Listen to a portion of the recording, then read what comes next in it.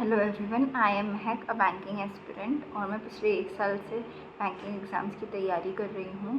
Till now मैंने कुछ prelims qualify किए हैं like SBI clerk, IBPS clerk, RBI assistant, OICL AO and all.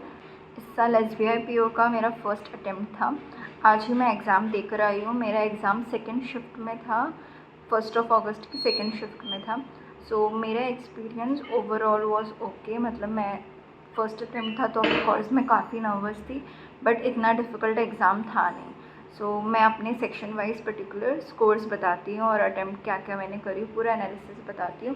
To know my total attempts watch till the end. Okay, so first section आता है English का, then LR था, नहीं then quants था, फिर last LR था।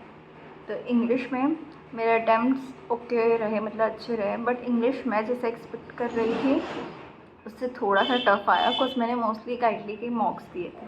तो गाइडली के मॉक्स में इंग्लिश बहुत हलवा आ रही थी, लाइक क्लरिकल लेवल की इंग्लिश। सो उससे थोड़े टफ थे क्वेश्चंस। ठीक है, तो एक तो आरसी थी, म्यूज़ियम से रिलेटेड समथिंग। उसमें मैंने what is correct and what is not correct ये नहीं की। बाकी आरसी ओवरऑल मॉडरेट लेवल का मैं बोलूँगी, बिकॉज इतना ईजी नहीं था। जैसे कोई कोई आरसी ईजी होती है तो उसमें वर्ड टू वर्ड आंसर आपको सेंटेंस प्रॉपर वैसे ही मिल जाता है, उतना इजी तो नहीं था वो। एंड उसके अलावा सेंटेंस अरेंजमेंट्स था जो मैंने सारा कर दी थी, और सेंटेंस अरेंजमेंट वो इजी था। और एक और था कि सेंटेंस में वर्ड्स फिट करना था, फ्रेजेस फिट करना था। ऐसे आई गेस 5 to 6 थे and they were difficult to be honest, because ऐसा लग रहा था सर कि सारे ऑप्शंस ना ऑलमोस्ट सेम ही हैं, तो सबसे ज़्यादा सूटेबल कौन सा है वो थोड़ा सेलेक्ट करने के लिए टाइम जा रहा था। उसके अलावा एरर के भी कुछ क्वेश्चंस थे जो मैंने उसके शायद 1 या 2 छोड़ दिए हों, और आरसी के भी 1-2 छोड़ दिए हों। मेरा टोटल अटैम्प्ट उसका 37 हुआ है। एरर के क्वेश्चंस कॉज मुझे ऐसा थोड़ा डिफ़िकल्ट लग रहे थे, समझ नहीं आ रहा था कि उसमें से कौन सा आई गेस इनकरेक्ट फाइंड करना था, वो नहीं समझ आ रहा था। सो ओवरऑल 37 मैंने अटैम्प्ट किया था, विच इज़ प्रिटी ओके। अगर मेरी एक्यूरेसी अच्छी रही तो अच्छे मार्क्स आ जाएंगे। नेक्स्ट सेकेंड सेक्शन वो क्वांट्स। तो जब मैंने क्वांट्स देखी सबसे पहले मुझे डीआई आई थी, और डीआई इतनी इजी थी, लाइक क्लरिकल लेवल की थी, जो क्लर्क प्रीलिम्स में आती है ना वैसी डीआई थी। 2 डीआई थी, एक सोल्ड अनसोल्ड वाली और दूसरी मेल फीमेल वाली, एंड दोनों ही बहुत ईजी थी। मैंने दोनों फटाफट कर दी।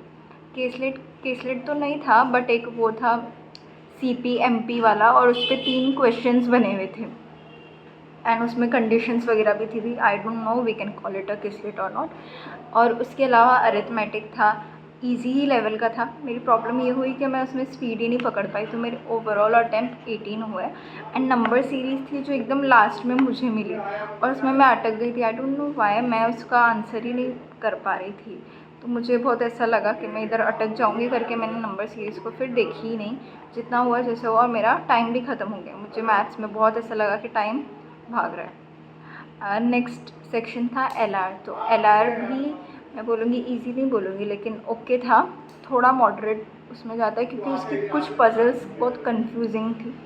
जैसे उसमें मैंने 2 पजल्स करी हूँ मुझे जितना याद है। एक थी वो 7 बॉक्सेस थे, और उसमें प्लस वेरिएबल एक और था फ्रूट, तो उसको अरेंज करना था, वो मैंने करी, वो थोड़ा ठीक था।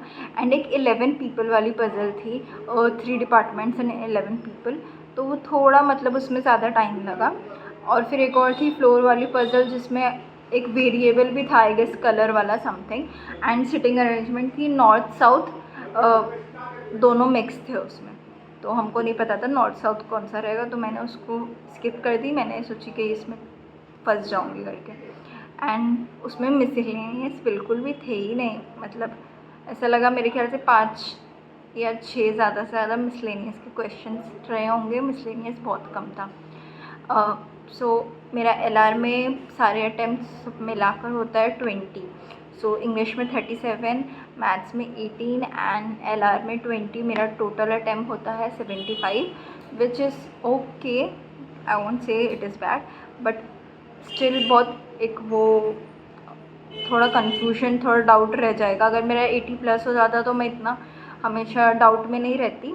अभी मेरा 75 हुआ है, तो मुझे मतलब थोड़ा डर है, because last year 66 cut off गई थी। लेकिन लास्ट ईयर ये एक बात है कि 500 वैकेंसीज़ थी, इस ईयर 1500 समथिंग वैकेंसीज़ है, तो कट ऑफ थोड़ा कम जाएगी, तो होप है, चांसेस है।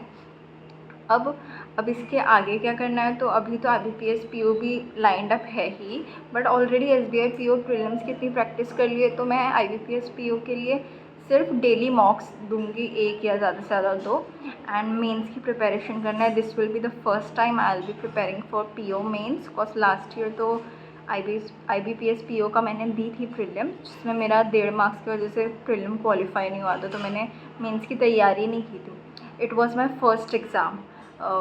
उससे पहले मैंने कोई एग्ज़ाम नहीं दी थी, मेरे प्रिपरेशन के बाद वो मेरा फ़र्स्ट एग्ज़ाम था।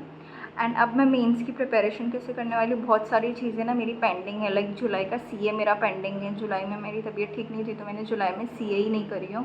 करंट अफेयर्स पेंडिंग है। देन SBI PO में बहुत एक ये बात है कि SBI PO में क्वांट्स और LR का वेटेज ज़्यादा रहता है और इंग्लिश का बहुत ही कम रहता है। लिंक क्वेश्चंस उतने ही रहते हैं, लेकिन वेटेज कम रहता है।